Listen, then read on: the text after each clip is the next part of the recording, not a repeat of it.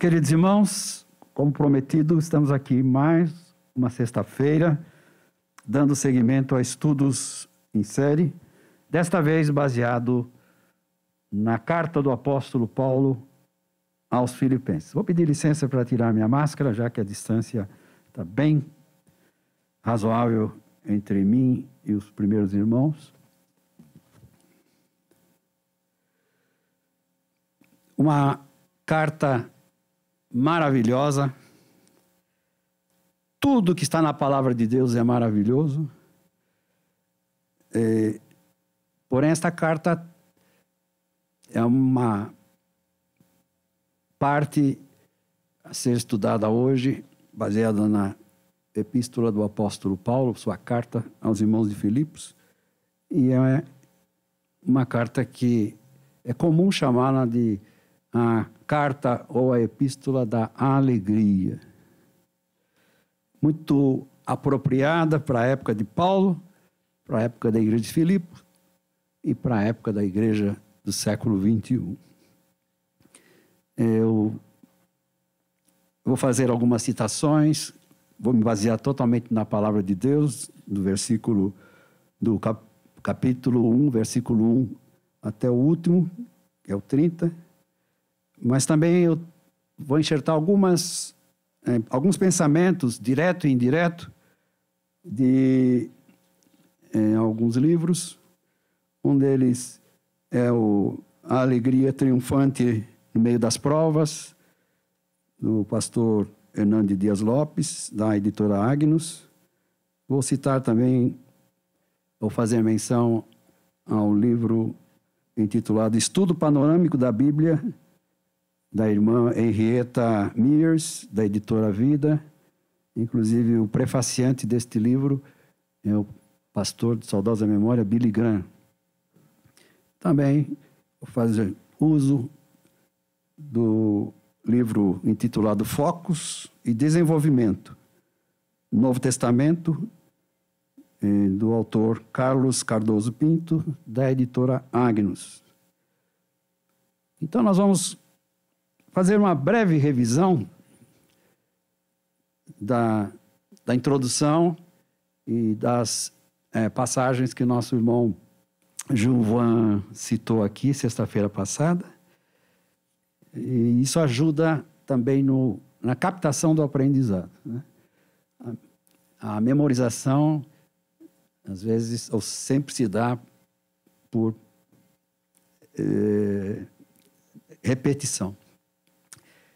Bom, a autoria da carta, apesar de algumas discussões, mas já é considerado ponto pacífico que o autor é o apóstolo Paulo. E é bom que haja esses estudos, esses autores que mais universalmente é aceito como Paulo, o autor, o apóstolo. Ele diz que ele era judeu, nós vamos ver isso lá no Filipenses 3:5, e também ele era cidadão romano. Isso está registrado no livro de Atos, capítulo 22, 27, 28. E nós sabemos que em Atos 16, ele... Se for 16, se não for... Se foi no capítulo 10, que ele se converteu, Paulo se converteu ao cristianismo. E teve aquele encontro com o Senhor, naquela luz celestial maravilhosa, que depois ele acabou ficando até sem ver, cego. Mas ele ouviu uma voz, acho que é capítulo 9. Então ele se converte ali. Um judeu extremamente zeloso se converte ao cristianismo pela palavra de nada mais, nada menos, pelo encontro de nada mais, nada menos que o próprio Senhor Jesus Cristo, a quem ele perseguia, Paulo. Chama ele pelo nome grego dele, Saulo, Saulo, por que me persegues? Interessante esta colocação, esse encontro com Jesus. Muito bem. E também ele é tão interessante esse encontro com Jesus, porque nesse capítulo 9 de Atos, o Senhor Jesus, ele ele rompe, ele para uma caminhada de matança, de violência que estava na cabeça e no coração de Paulo. Ele queria entrar lá em Damasco. Estava na estrada de Damasco, em relação à cidade de Damasco, em direção à cidade de Damasco, e a ideia dele era, mais uma vez, derramar sangue, atacar, prender, interrogar crentes convertidos que já estavam ali na Síria, né? Até hoje, a capital de Damasco, a capital da Síria, ainda é conservada a cidade de Damasco. Pode ter havido alguma modificação, mas veja que a história é interessante. Então, quando a gente lê a palavra, a gente também entra na história da humanidade, em datas, em acontecimentos, porque Deus trabalha na história, né? Deus está trabalhando na história humana. E, finalmente, ele já começa suas viagens missionárias, e na sua segunda viagem missionária, como foi dito pelo nosso irmão Gilvan, ele é preso porque ele está pregando o evangelho agora lá na cidade de Filipe. Muito bem. Qual o contexto histórico da cidade de Filipe? Originalmente conhecida como Crenides, a cidade de Filipos ficava na Macedônia, atual norte da Grécia. Então, nós temos ainda a Grécia lá. A Macedônia ficava no nordeste da Grécia. E Filipos ficava ali entre o norte, não totalmente no nordeste, mas... Melhor, Filipos ficava bem no oeste. E a Macedônia ficava mais a norte da Grécia. Então, Filipos fazia parte da parte asiática da geografia e até hoje está lá. Se o irmão quiser conferir, é interessante pegar um mapa mundi e a gente vai no meridiano 15 a 30 e no paralelo 30 a 45, ainda está lá essa parte da Ásia. Hoje é fácil lidar com localização por meio do nosso GPS. No teu celular, você pergunta para o GPS, onde eu estou? Então, se você estivesse lá em Filipe, você ia dizer, estou entre... Dá para ver exato, mas estou entre... Está perdido lá. Um avião precisa te resgatar, o corpo de bombeiro. Estou entre o meridiano tal e o paralelo tal. Exatamente ali. Filipos estaria entre, para ser mais abrangente, o meridiano 15 a 30, Filipos, né? Filipos, e entre o paralelo 15 e 30. É fácil, né? Como saber o que é meridiano e o que é paralelo? Para fazer uma boa memorização, o meridiano é como se fosse abrir uma mexerica. Os gomos, aqueles riscos do gomo, mexerica em pé, você tira as cascas, tem a parte onde estava presa no cabo, no galho, e tem a parte de baixo. Então, os gomos da mexerica são os meridianos no globo, para a gente poder ter uma ideia. E os paralelos? Paralelos são como pegar uma laranja e cortar lá no meio. Se você cortar lá no meio, ela é em pé. Cortou no meio, você está exatamente na linha do Equador. A linha do Equador divide o hemisfério norte do hemisfério sul do globo. E o meridiano zero divide o oriente do ocidente, o leste do oeste. Então, leste, oeste, norte, sul. Uma aulinha aqui de cartografia. Muito bem, contexto histórico. Continuando. Lá no ano 42 a.C., Filipos ganha uma posição de colônia militar. E torna-se, como o irmão Gilvão falou, uma colônia romana oficial. Mais tarde, no ano 27 a.C., esta colônia romana foi promovida a Colônia Augusta Filipenses, uma espécie agora de mini-Roma.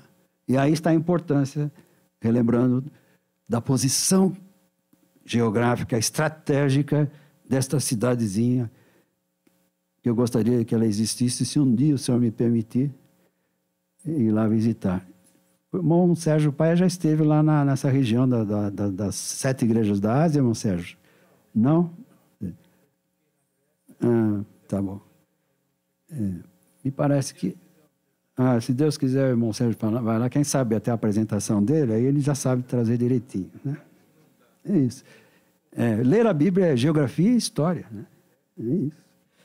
Muito bem. Então, quando uma cidade passa a ser uma espécie de mini-império, é uma cidade de grande importância. Porto marítimo, muito precioso, movimentado, e como foi dito, um corredor e uma ponte entre... um corredor de circulação de mercadorias. Tanto que a própria irmã Lídia devia fazer aproveitamento desta geografia, e ela era uma empreendedora, uma empresária, como foi dito aqui, e ela trabalhava com roupas, com panos tingidos, tal, que eram usados pelas suas excelências, os homens que estavam em eminência, me parece que até o imperador. Então, era, de fato, um ponto muito estratégico para começar a primeira igreja em território europeu. Portanto, em território ali na divisão entre Ásia e Europa. Isso é muito importante. E outra coisa importante é que há autores, o irmão Gilvan citou isso, que dizem que o evangelho chegou à Europa depois de fundada esta igreja por Paulo e Silas, lá na cidade de Filipos. E da Europa, certamente, espalhou e veio aqui, parar aqui na Europa do Sul, no hemisfério sul, na América do Sul. Então, graças a Deus por isso. Ou seja, aí é o ponto que foi destacado pelo irmão Gilvan. Deus tem os seus propósitos, porque o propósito de Paulo não era ir para a cidade de Filipos, para a Macedônia. Ele queria ir mais para a Ásia ainda. Tem aqueles locais das 7 igrejas da Ásia, que nós vamos, se Deus quiser e permitir, no início do ano que vem, já sem pandemia, com a igreja bem já lotada, estudarmos o Apocalipse, que é um livro bastante promissor para os nossos dias, ou bastante interessante, na verdade, para a gente comparar os dias do passado com os dias do presente. Bom, a igreja de Filipos, ela foi,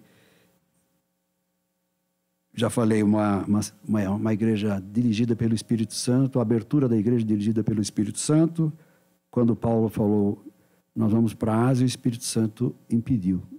E Paulo teve aquela visão, logo naquelas horas, naquele dia ou naquela noite, e ele teve uma visão de um varão, um senhor, um cavalheiro, que dizia, venha até a Macedônia e ajude-nos. Então ele entendeu que o Espírito Santo estava, na verdade, trazendo para o lugar certo. E ele atendeu, enfim, e assim foi. Então, uma observação. Eu acho que nosso irmão Gilvan falou também. Considerando que Paulo e Silas viajaram para a cidade de Filipos no ano 51, no ano 51 depois de Cristo, ou seja, na metade do primeiro século. Muito obrigado, irmão Sérgio.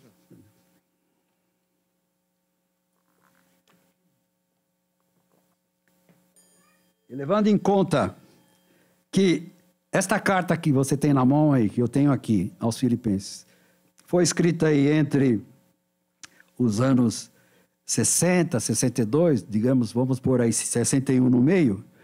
Ano 51, fundação da cidade. Ano 61, para pegar a média. A carta sendo escrita lá de Roma. Veja quanto tempo passou, uma década, 10 anos entre a fundação daquela igreja pelo próprio apóstolo Paulo, que foi levado depois para Roma para depor diante do imperador, por causa do evangelho, e 10 anos depois, e lá ficou preso. Então, esta carta aqui, de Filipenses, aos Filipenses, é escrita na primeira prisão de Paulo, talvez no final da sua prisão. Olha, irmãos, o tempo passando. Então, esse é um ponto importante. O tempo passa, mas as perseguições, o estado político, a situação desfavorável, não impede que Paulo, ao escrever para aquela igreja nascente, recém-nascente, na sua primeira década, Paulo escreve para expressar a sua maior afeição por aquela igreja, e nós vamos ver como ela está progredindo. Aqui, em Atos 16, foi dito também que as primeiras maravilhas e conversões que aconteceram lá na cidade de Filipe, quando Paulo esteve lá pela primeira vez, foi a conversão de uma mulher, uma senhora influente, uma gentia, que a Bíblia fala de prosélita do judaísmo, quer dizer, estudante, recém-convertida. Então, ela estava, na verdade, buscando Deus, através de encontros com judeus ali numa região da cidade de Filipos. Paulo fala, saímos ali pelo lado do rio, na beira do rio, procurando um lugar onde pudéssemos orar. E interessante que lá ele encontra mulheres judias num círculo de oração, vamos chamar assim. E Paulo aproveita e fala, Silas, vamos parar aqui e vamos falar da palavra. Paulo, como um bom conhecedor do judaísmo, tinha muita facilidade para conversar com judeus ou até não judeus convertidos ao judaísmo. Depois teve aquele episódio, depois que ele expulsa o demônio daquela senhora escravizada por espíritos demoníacos, e era assim a pitonisa da cidade, que era chamada para adivinhar, e nós sabemos que esta prática da adivinhação é antibíblica. E ela fica insistindo, e dizendo que Paulo e quem está com ele são homens de Deus. É verdade, mas é uma verdade que confunde. Porque se ela sabe que eles são homens de Deus, então as pessoas podiam dizer, então, tanto ela como esses homens são, digamos, do mesmo espírito, vamos dizer assim. Mas Paulo, percebendo espiritualmente, depois passado alguns dias com aquelas mesma insistência, esses homens são filhos do Deus Altíssimo, ele então expulsa esse espírito de adivinhação. A mulher é liberta, a mulher era empregada de pessoas que ganhavam dinheiro desta prática dela, então isto leva aos donos desta escrava do inimigo, ficam revoltados e vão entregar Paulo. E Paulo vai parar, digamos, na delegacia, enfim. E então, ele arruma uma confusão ali e vai preso. E na prisão, como foi dito, lá em Atos 16, ele é liberto por um terremoto. Estavam lá no interior, no cárcere dos cárceres, presos aos pés, o tronco, mas cantavam à meia-noite, e oravam e cantavam. Ele e Silas. O Espírito de Deus vem e destranca Paulo, como disse o irmão Giovanni, destrói todos os alicerces, todas as portas, deve ter mexido em paredes também, mas ninguém ficou ferido, né? Então, Deus sabe fazer, como ele disse, cirurgicamente, o Senhor sabe onde atuar, irmãos. Então, nada melhor do que tudo que nós formos fazer na vida, a mínima coisa, talvez, pedir direção do Espírito Santo. Porque Deus é cirúrgico, Deus sabe exatamente em que deve resultar. Às vezes a gente gostaria de ouvir uma profecia, mas nem sempre a gente ouve. Eu costumava e costumo dizer a Deus: Senhor, a minha vontade é esta. Porém, quero entregar nas tuas mãos. Se for da tua vontade, confirma este determinado movimento que eu vou fazer, esta decisão que vou tomar, isto e aquilo, que se for da tua vontade, confirma e abre as portas. Se não for da tua vontade, fecha as portas, e eu já estou entendendo que o Senhor não está nesse negócio. Às vezes Deus fala diretamente, como falou com Paulo e Silas, mas às vezes ele não fala, por isso que é bom orar. Nós vamos agora entrar, então,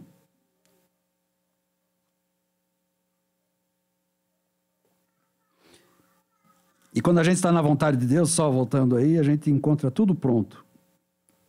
Ali tinha judeu, ali tinha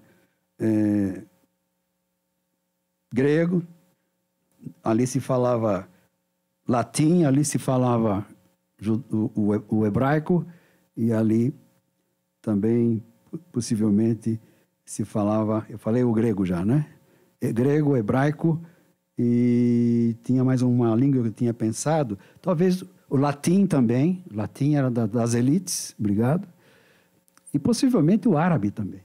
Talvez Paulo soubesse navegar falando árabe e falando latim. Não sei se tem alguma referência que os irmãos já acharam sobre isso. Sobre grego e hebraico, a gente fica claro quando ele está fazendo a sua defesa e faz a sua defesa em grego ou em hebraico. Aí quando viram que ele está falando em hebraico, perguntaram para ele: você é de que cidadania? Ele disse: eu sou judeu. Aí chamou a atenção, né? Como judeu falando num fluente, penso eu, grego. Aí um dos príncipes lá disse: mas como é que você conseguiu a cidadania grega? A cidadania grega, isso mesmo. Ele disse: porque como você é cidadão judeu? Ele disse: porque o homem da sinagoga lá, ou do interrogatório, falou: você está dizendo que é judeu? Eu comprei a cidadania judaica. Hein? O príncipe disse: eu comprei o título de cidadão romano ou romano. E você diz que é judeu e também é romano? Foi a queixa dele. Como é que vocês batem num cidadão romano e depois despedem de qualquer jeito? Você é romano? Sim, sou. Mas eu paguei uma soma de dinheiro para comprar a cidadania. Quem está falando disso é alguém que não era romano. Ele disse: eu sou de nascimento. Eu sou de nascimento. Eu nasci em Tarso. Tarso era uma cidade romana, né? Por isso que a gente fala Paulo de Tarso, de uma cidade romana. Mas também ele diz: eu sou judeu, fariseu dos fariseus, da tribo de Benjamim e da descendência judaica dele. Por isso daí o fato dele falar mais de um idioma, e talvez falasse o latim, e quem sabe falasse o árabe, porque em Damasco, na Síria, se falava o árabe, né?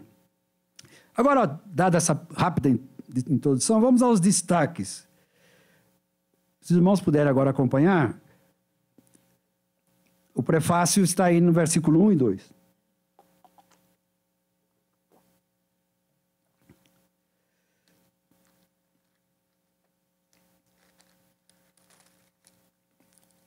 Versículo 1 e 2. Nós vamos ler, tentar fazer a leitura até o final.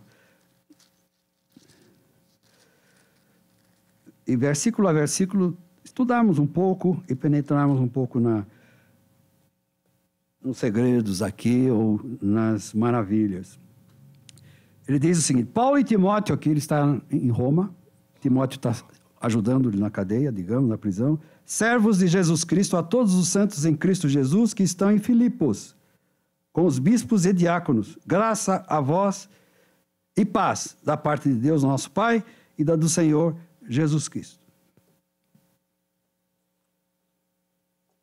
Uma coisa interessante aí, que Paulo se dirige à igreja como servo.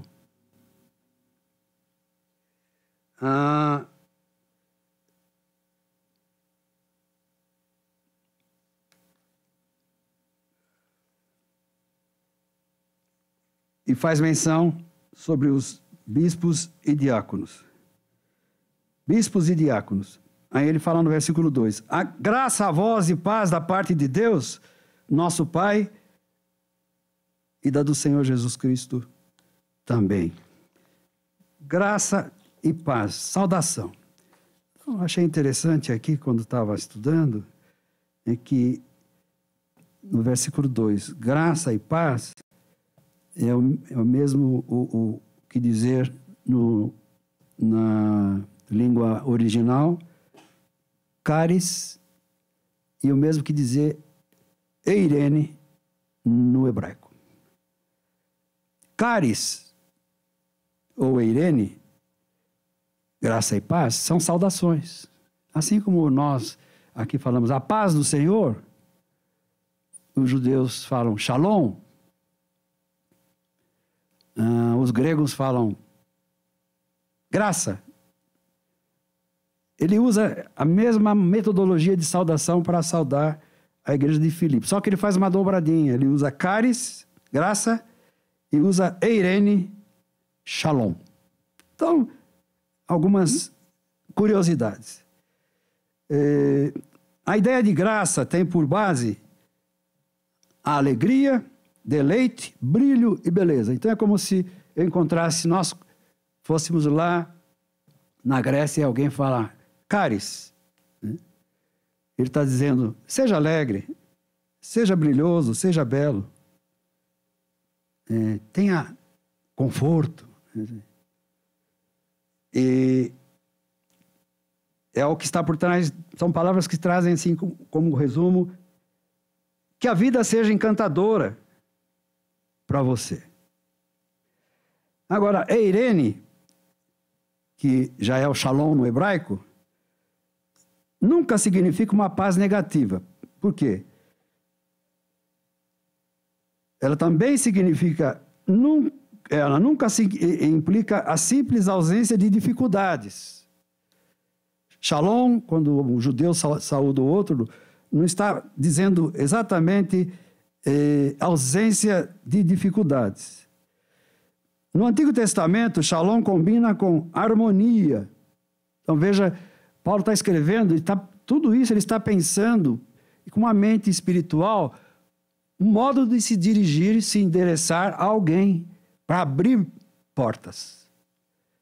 Quando ele fala shalom, ele está falando harmonia. Quando ele fala caris, ou melhor, quando ele fala shalom no Novo Testamento, ele fala de paz com Deus e também de paz de Deus. E quando ele põe eirene, que é o caris, significa bem-estar total, algo que faz o bem-estar supremo na criatura humana. E essa paz sempre tem a ver com as relações pessoais. Foi dito isso também aqui, relações pessoais. Nós vivemos numa sociedade de relacionamentos. Nós somos seres relacionais. Nós não nascemos para ficarmos trancafiados num quarto escuro, desde de bebê até morrer. Nós nos relacionamos. É interessante que Paulo está se relacionando, usando palavras que caem ali como um remédio certo para introduzir uma carta a alguém.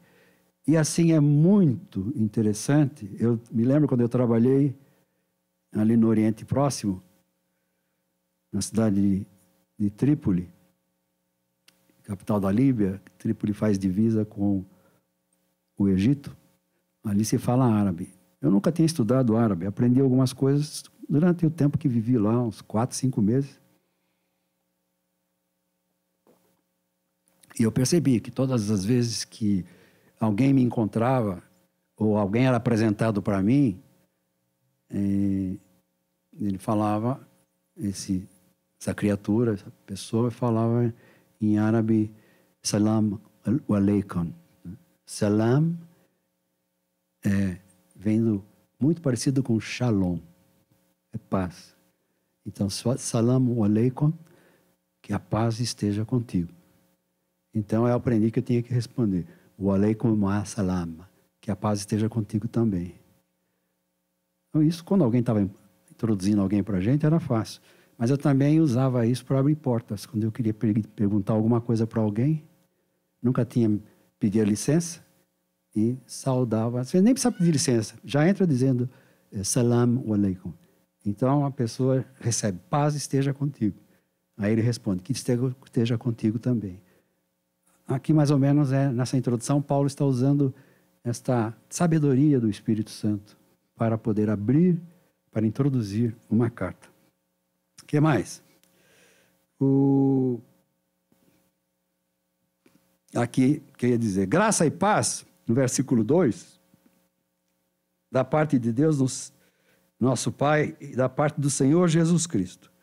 A graça e a paz não procedem nem de Paulo, nem de líderes, nem de concílios, e nem da própria igreja.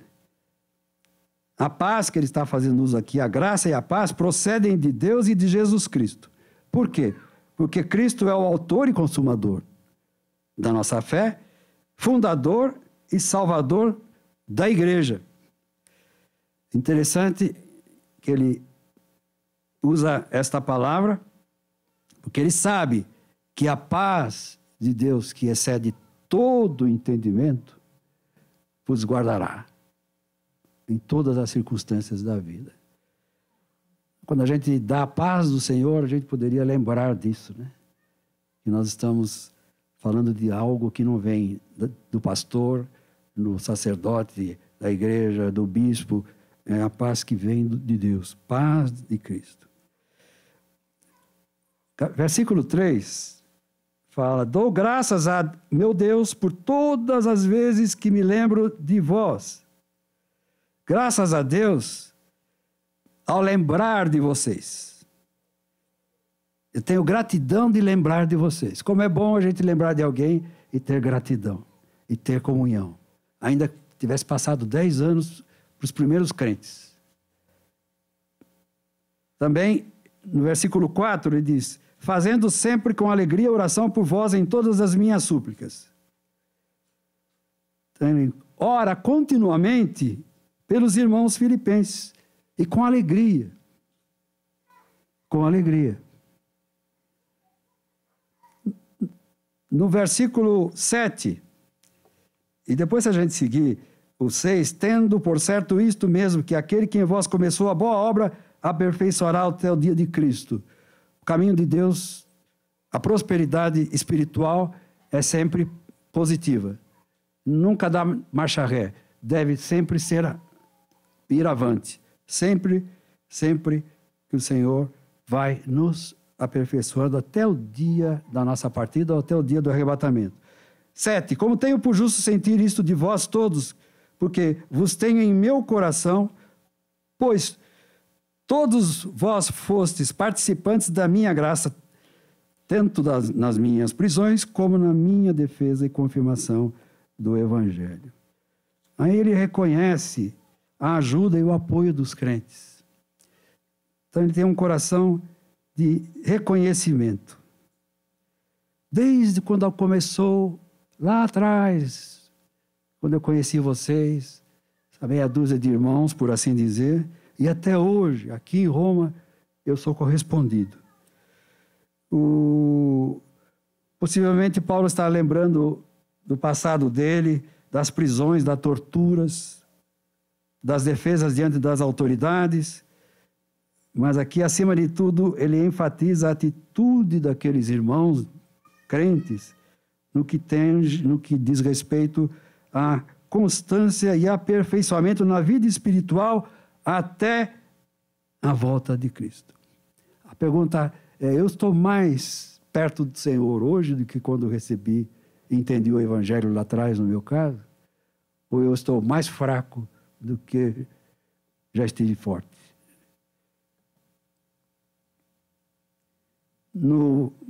Acho que eu vou ter que correr agora um pouquinho. No versículo 11, Paulo diz aqui, cheios de frutos de justiça que são por Jesus Cristo para a glória e louvor de Deus. Paulo está fazendo uma oração bem altruísta, não egoísta, está lembrando dos outros e não dizendo orem por mim, mas está lembrando dos outros. Também sobre o fruto da justiça, ele diz aqui, esta é a minha oração, que o amor de vocês aumente cada vez mais em crescimento e em toda percepção, para discernirem o que é melhor, a fim de serem puros e irrepreensíveis até o dia de Cristo, cheios do Espírito da justiça, cheios de fruto, que vem por meio de Jesus Cristo para a glória de Deus. Eu li agora essa passagem na versão NVI. Então, uma oração repleta de amor. Outro ponto, o otimismo de Paulo diante das adversidades do seu ministério. Do versículo 12 ao 14, o 12 ele diz, eu quero, irmãos, que saibais que as coisas que me aconteceram contribuíram para maior proveito do Evangelho. De maneira que as minhas prisões em Cristo foram manifestadas por toda a guarda pretoriana e por todos os demais lugares. E muitos dos irmãos do Senhor, tomando ânimo com as minhas prisões, ousam falar a palavra mais confiadamente, sem temor. Então, irmãos, prisões, perseguições, desconforto, zombaria, por amor a Cristo. Eu já sofri várias, acho que aqui todos já sofreram, colegas de trabalho, colegas de escola.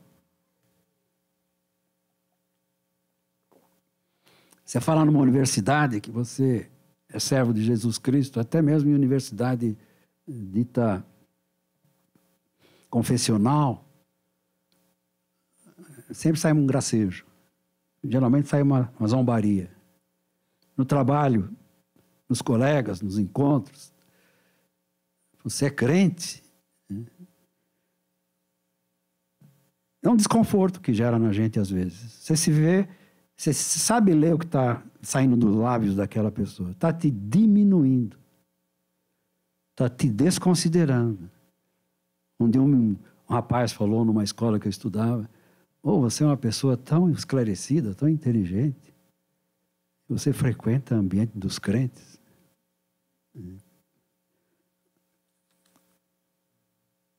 Então, que essas coisas sejam vistas como geradoras de bênção para nós e para a igreja de Deus. Versículo 15 a 18, vamos ler o 15. Verdade é que também alguns pregam a Cristo por inveja e porfia, mas outros de boa mente.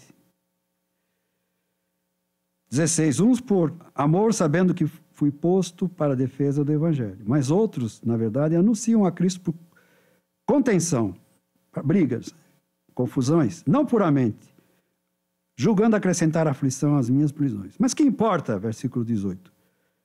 Contanto que Cristo seja anunciado de toda maneira, seja com fingimento ou em verdade, nisto me regozijo e me regozijarei ainda. Então, essa atitude de oração da igreja, somada ao socorro, ao auxílio de Cristo, ou do Espírito de Cristo, como ele fala, que é o Espírito Santo, deve gerar em nós, ou gera em nós, esperança da liberdade. que um dia nós teremos. E afasta também confusões, dúvidas, e reforça a confiança e a expectativa da vitória. Graças a Deus que, às vezes em que eu fui questionado, Deus me deu graça para não brigar com as pessoas, mas responder de forma a mais branda possível, a mais educada possível, porque a gente sabe que eles estão falando isso, porque eles desconhecem o caminho da graça e da paz. A vida de cada um de nós tem a importância que ela tem. Cada um de nós tem uma vida que importa. É muito importante. Porém, a morte também não está descartada ainda. Aqui já estou falando do versículo 22. Ou ao 21, para a gente confirmar, emendar. Porque para mim o viver é Cristo e o morrer é ganho. No versículo 20 ele diz, segundo a minha intensa expectação e esperança de que em nada serei confundido, antes, com toda a confiança, Cristo será agora, tanto agora como sempre, engrandecido no meu corpo, seja pela vida, seja pela morte. Então, a vida de cada um de nós tem a sua importância, porém a morte não está descartada. Disse que ninguém é insubstituível. Pode ser até certo ponto verdade ou inteiramente verdade. Mas a gente pode afirmar que existem pessoas, a gente, cuja ausência faz falta.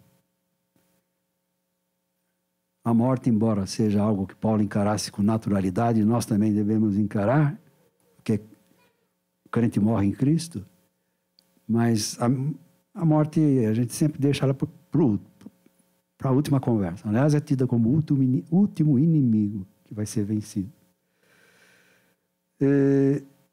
Porém, se alguém é, de fato, uma pessoa que tem a sua importância, a morte, a ausência dessa pessoa faz falta. Então, Paulo trabalha isso. Ele diz, eu julgo, porém, necessário, por amor de vós, ou por causa de vocês, ficar na carne, ou seja, na presença, permanecer vivo, ainda que preso aqui.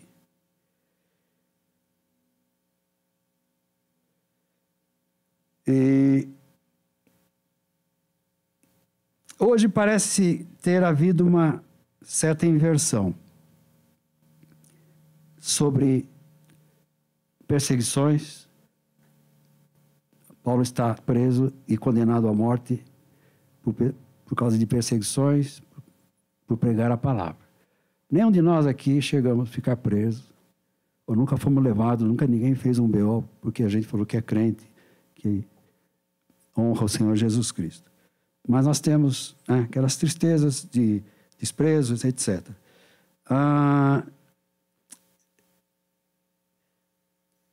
Eu pus aqui que na época primitiva, na igreja primitiva, tanto nos seus primeiros dias como nos primeiros séculos, a ênfase da perseguição se dava no âmbito da privação da liberdade física e na aplicação da tortura do corpo. Era muito mais físico. Tinha o seu fator também psicológico, seu fator emocional. Mas se via claramente a tortura física, colocar fogo, queimar gente que professava o cristianismo, prender, torturar, cortar o pescoço. Está na Bíblia aí, várias passagens. Paulo era um matador, inclusive. Apedrejou, sob seu comando, os seus súditos, os seus comandados, melhor dizendo, ou os seus companheiros de tradição judaica excessivamente fanática, apedrejaram Estevão. Mas hoje, como é que é hoje a nossa tortura? Como é o nosso sofrimento de viver pelo amor de Cristo? Eu pus aqui de minha própria percepção. Parece que hoje houve uma inversão. Os ataques à fé cristã têm sido direcionados à mente, tanto da criança, já desde pequenininha, como do adolescente, do adulto, em geral. E isso por quê? Por causa da comunicação que está à mão de todos e de todas. O celular, né? Os meios as mídias sociais, as televisões. Qualquer criança hoje, se o pai e a mãe não tiver muito cuidado, crianças de 4 anos já vendo coisa que nunca deveria deveria ver, só talvez depois da sua adolescência, depois de 15 ou ainda jovem, 15 anos de idade. Então, para isso, a gente lembra de uma passagem de Paulo também, mas na carta aos Efésios, que foi estudado no passado. Revesti-vos de toda a armadura de Deus para que possais estar firmes contra as astutas ciladas do diabo. O diabo muda de ciladas. A astúcia dele faz ele mudar de tática. É bom que isso fique sempre muito em nós, claro. A tática de pôr um contra o outro. A tática do mal entendido. Mas você falou isso de mim. Às vezes não vem nem falar para mim, vai falar para o outro. Olha, eu estou triste, já não estou indo mais na igreja porque ouvi dizer que o Senhor falou isso de mim. São táticas para jogar uns contra os outros. No versículo 27, já estamos caminhando para o final. Somente deveis portar-vos dignamente conforme o evangelho de Cristo, para que, quer vá e vos veja, quer esteja ausente, quer ouça acerca de vós, que estáis no mesmo espírito, combatendo juntamente com o mesmo ânimo pela fé do evangelho. Importante é não perder o ânimo. Não importa o que aconteça. Em outras palavras, e na NVI está dito assim: exerça a sua cidadania de maneira digna do evangelho de Cristo. Não importa o resultado, não importa a zombaria, não importa. Hoje, ser contra algumas coisas é motivo de prisão, é motivo de BO. A gente tem que saber usar da sabedoria de Deus para se dirigir com as pessoas, dirigir as pessoas. Mas há momentos que a gente tem que ser sim, sim, não, não. Exerça a sua cidadania de maneira digna. Embora o país tenha suas leis, enquanto elas não atingem a nossa liberdade cristã espiritual, ótimo. Mas à medida que as leis vão sendo lançadas para tirar nossa liberdade espiritual e fazer-nos negar o evangelho de Cristo, aí é outro posicionamento, aí é confronto. Tanto os crentes daquela época como os de nossa época deviam e devem combater unidos, foi falado de união na palestra passada, e viver como pessoas convertidas, dentro e fora da igreja. Nosso caráter é moldado pela fé que temos abraçado. Judas 1,3 diz: amados, procurando eu escrever-vos com toda a diligência acerca da comum salvação, tive por necessidade escrever-vos e exortar-vos a batalhar pela fé que uma vez foi dada aos crentes, aos santos. Batalhar. Vê que a fé também requer batalha. Sabemos que não é com armas, com revólveres, qualquer tipo de arma de fogo, arma branca, como diz. Mas, assim, ficarmos firmes contra todas as astutas ciladas do inimigo, revestido das armas do céu. Versículo 28. E em nada vos espanteis dos que resistem, o que para eles, na verdade, é indício de perdição, mas para vós de salvação, e isso de Deus.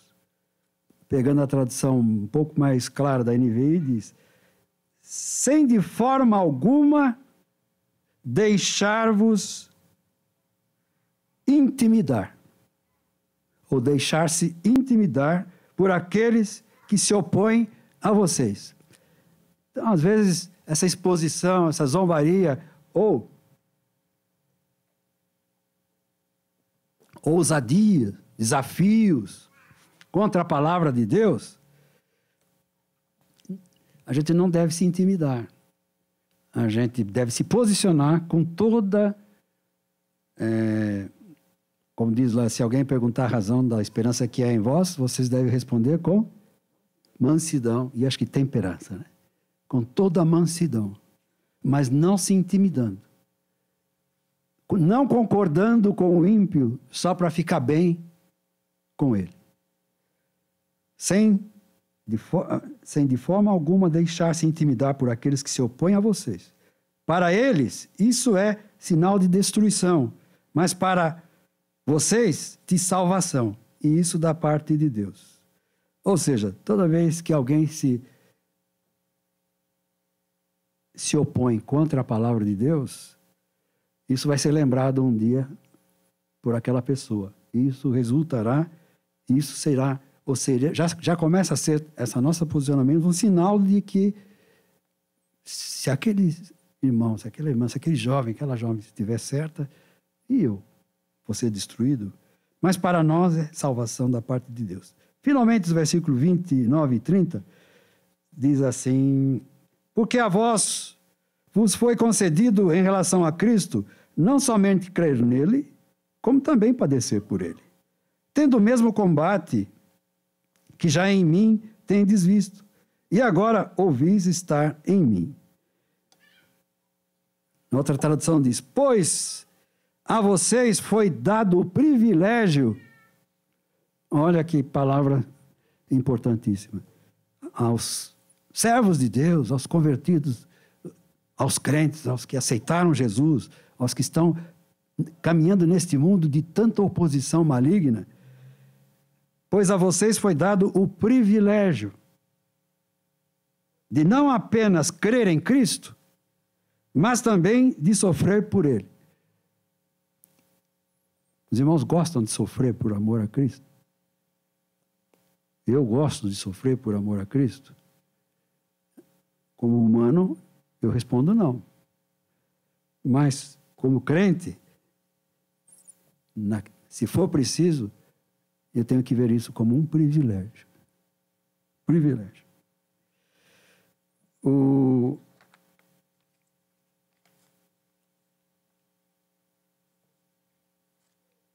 Eu vou abrir aqui o livro um deles que eu usei, que é Estudo Panorâmico da Bíblia, de Henrietta Mears. Eu quero ler aqui na página 442.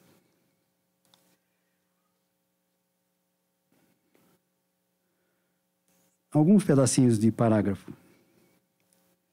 Embora na prisão, Paulo podia orar por seus amigos. Dou graças ao meu Deus por tudo que recordo de vós, fazendo sempre com alegria súplicas por vós em todas as minhas orações. Está lá no 3 e no 4.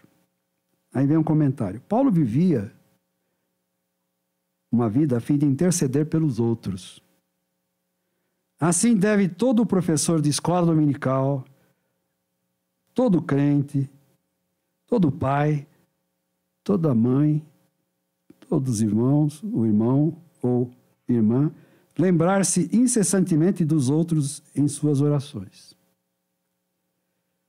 Você tem uma lista de oração? O autor aqui pergunta. Você se preocupa em fazer uma lista de assuntos pelos quais você vai orar naquela semana, naquele dia, naquele mês?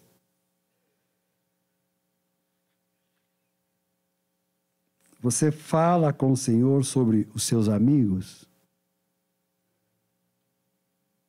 fazendo sempre com alegria e súplicas. Por que podemos nos alegrar na oração? Que resposta você dá a esta pergunta? Se houver tempo, a gente vai voltar a isso aqui, mas creio que não vai dar. Falta 10 minutos para terminar. Então, a questão é, você tem uma lista de oração? Você fala com o Senhor sobre os seus amigos? E quando faz com alegria e súplicas. Oração mais profunda.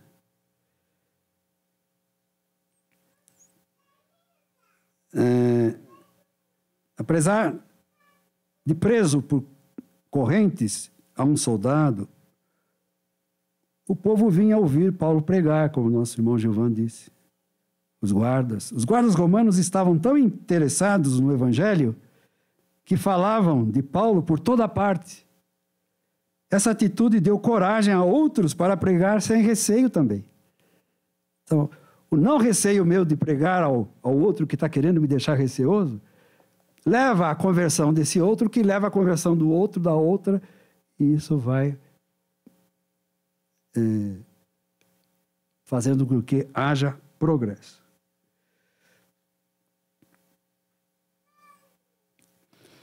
Há grande poder no testemunho de um crente fiel, na oração também.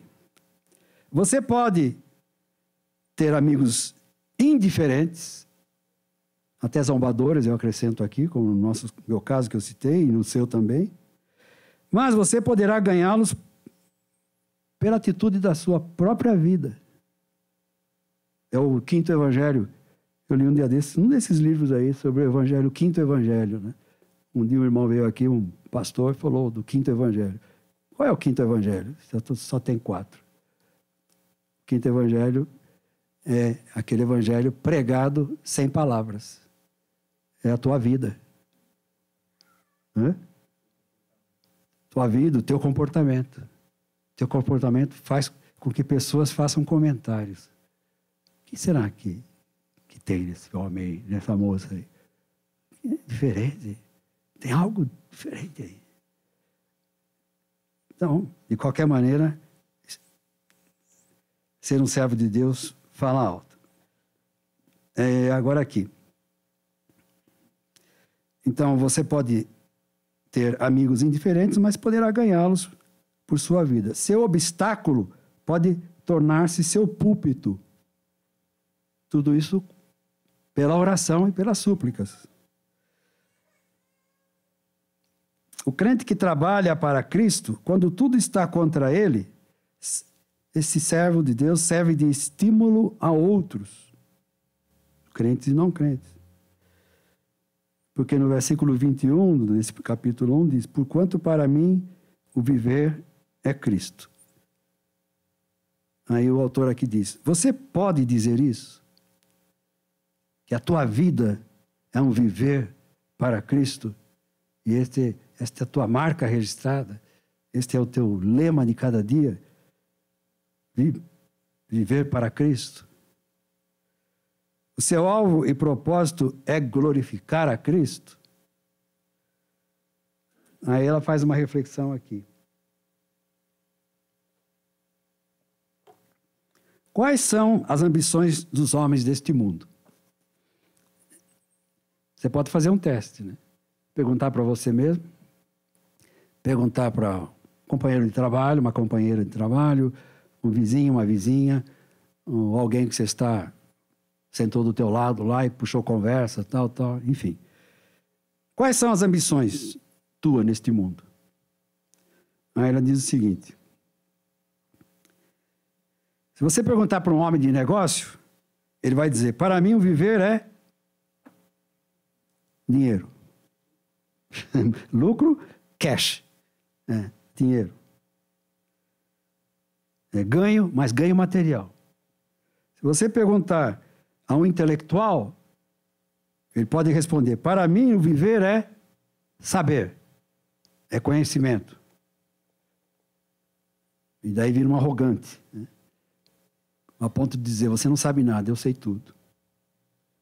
Pergunta para o intelectual, ele pode dizer que eu quero saber. Se perguntar para o militar, ele vai responder, para mim o viver é vitória na batalha, na luta.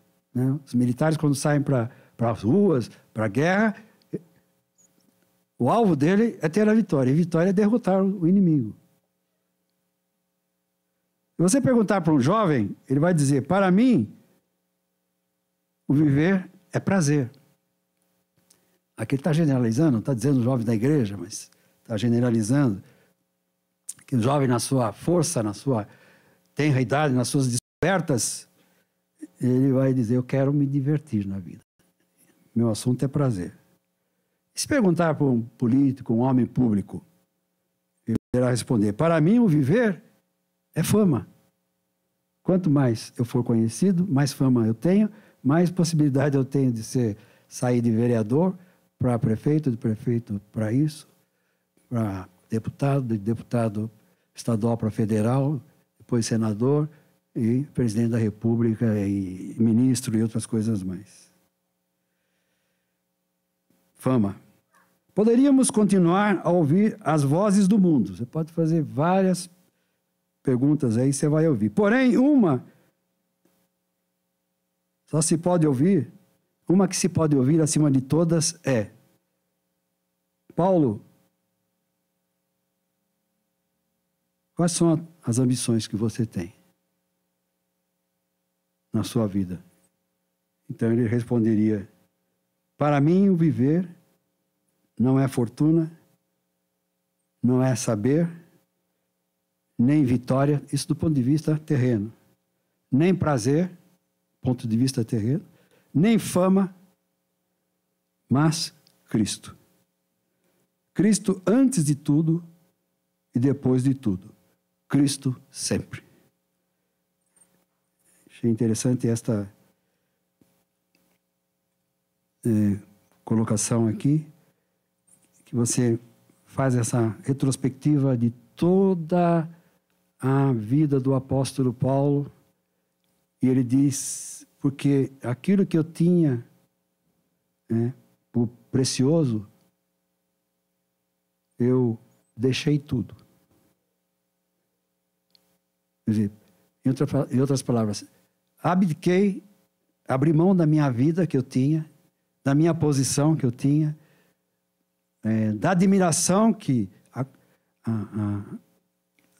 a instituição judaica tinha, das cartas brancas que ele tinha, ou cartas de mando para prender, matar, fazer o que ele bem quisesse, os crentes daquela época. Mas, para mim, o viver é Cristo. Finalizando com 2 versículos. Tiago 5, 1 a 6.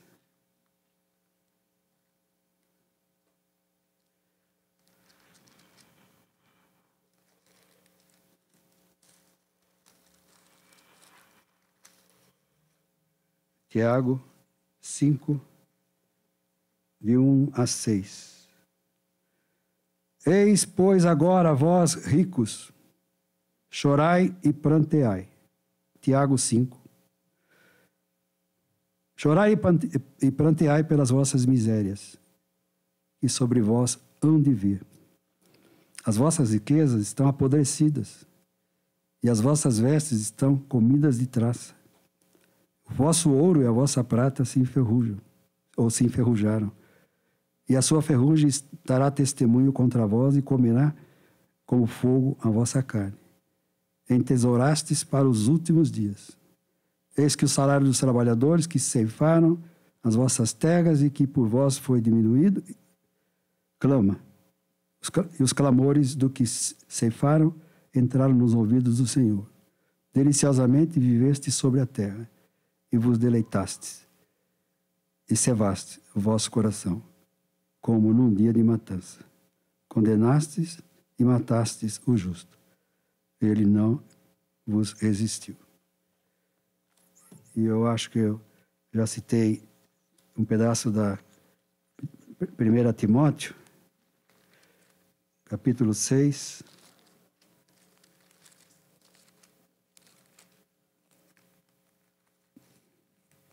Primeira Timóteo, capítulo 6. É o mesmo Paulo escrevendo isso. Capítulo 6, versículos 17, 18 e 19. 1 Timóteo 6, 17. Manda aos ricos deste mundo que não sejam altivos, nem ponham a esperança na incerteza das riquezas, mas em Deus, que abundantemente nos dá todas as coisas para delas gozarmos. Que façam o bem, enriqueçam em boas obras, repartam de boa mente e sejam comunicáveis. Que entesourem para si mesmos um bom fundamento para o futuro, para que possam alcançar a vida eterna. Até aqui. Aqui não há nenhuma... Essas duas passagens, tanto de Tiago como de Paulo a Timóteo, dizendo o seguinte: sejam sempre maltrapilhos, desempregados, pobres, pedidores de esmola. Não se preocupe com a vida, não se preocupe com a escola. Se você tiver hoje, come hoje. Se você tendo o que comer, o que vestir e onde morar, nem que seja debaixo do viaduto, já se dê por satisfeito porque você é um salvo que vai para o céu. É isso que a Bíblia está dizendo? Não, não é. Então, Paulo aqui está querendo dizer o seguinte: acima de todas as coisas desta vida, não, e nenhuma das coisas desta vida pode se sobrepor ao nosso entesourar para o dia de Cristo. Os tesouros espirituais. A gente vê esta carta da alegria, cheia de tesouros, cheia de confiança, de autoconfiança, mas tudo em Cristo. Tudo na pessoa de Cristo. E também uma das coisas que eu ia citar, acabei esquecendo,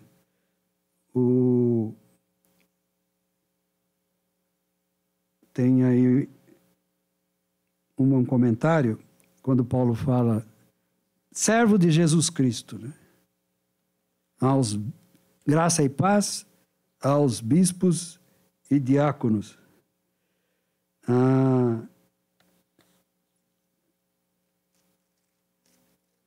Quando ele fala servo de Jesus Cristo, ele está omitindo um título que talvez fosse muito cobiçado. Apóstolo, né, o máximo, ali naqueles dias. Então, eu escrevi, mas não estou achando aqui, uma conclusão de que a gente percebe que o apóstolo se nivela a todos os irmãos. Ele não está preocupado com o título. Porque, inclusive, ele está falando aqui também que os irmãos sejam unânimes. O pensamento dele é que também cada um considere o outro superior a si mesmo. Isso não quer dizer que os servos de Deus que o Senhor levantou, e nenhum irmão ou irmã deva ser rebaixado, enfrentado, desprezado. Mas a palavra servo aqui, servidor, deixa uma lição para nós. Mesmo que você tenha cargos, seja na igreja, seja títulos lá fora, na empresa, considere esse servo e considere todos os demais em Cristo, servos de Cristo. Se você tem posição na igreja, lembra que Paulo começa a carta dele a essa igreja que ele iniciou. Paulo, servo de Jesus Cristo. Em algumas outras 2 ou 3 ele fala apóstolo de Jesus.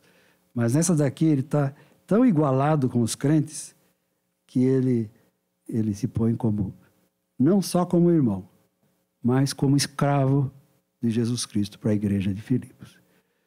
Que o Senhor fale melhor no teu coração. Se tivesse acabado antes, vamos terminar aqui, irmão? Deus abençoe os irmãos que acompanham.